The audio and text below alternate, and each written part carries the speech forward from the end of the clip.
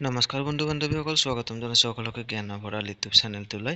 এইটো ভিডিঅ'ত আজি আমি আলোচনা কৰিম যিটো DB মটৰ্ছ নৰ্থ লখিমপুৰৰ তৰফৰ পৰা ৰিক্ৰুইটমেণ্ট ওলাইছে 13টা ভেকেঞ্চিৰ ওপৰত। সেইটোৰ ওপৰতে আজি আমি এইটো ভিডিঅ'ত আলোচনা কৰিম। ভেকেঞ্চিবোৰ ক্ৰমে হৈছে DSC আৰু ৰিচিপশ্যনিষ্টৰ টোটেল 13টা ভেকেঞ্চি আছে। কেনেকৈ এপ্লাই কৰিব, কি ভেকেঞ্চি আছে, গোটেইখিনি আজি আমি এইটো ভিডিঅ'ত আলোচনা কৰিম।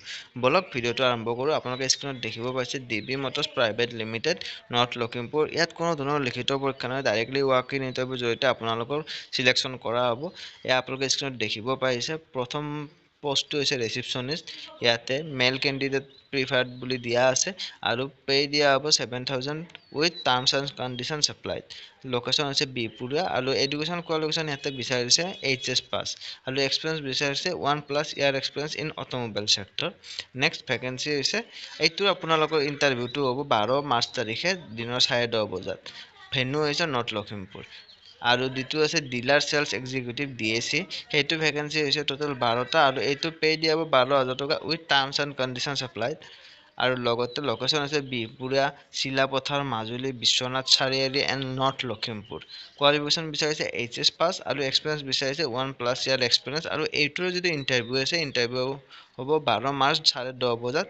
ভেন্যু হৈছে নৰ্থ লখিমপুৰ। নেক্সট হৈছে ক্লেইম এক্সিকিউটিভ। টোটেল ভেকেঞ্চি হৈছে এটা, এইটোতো 12,000 with terms and conditions applied. Location হৈছে north Lakhimpur. Education qualification graduate হ'লে এইটো বস্তুত এপ্লাই কৰিব পাৰিব।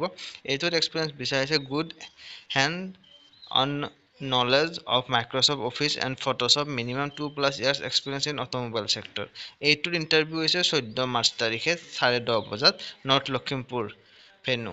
আৰু এপ্লিকেশ্যন ইয়াত কোনো ধৰণৰ ফিজ দিব নালাগে।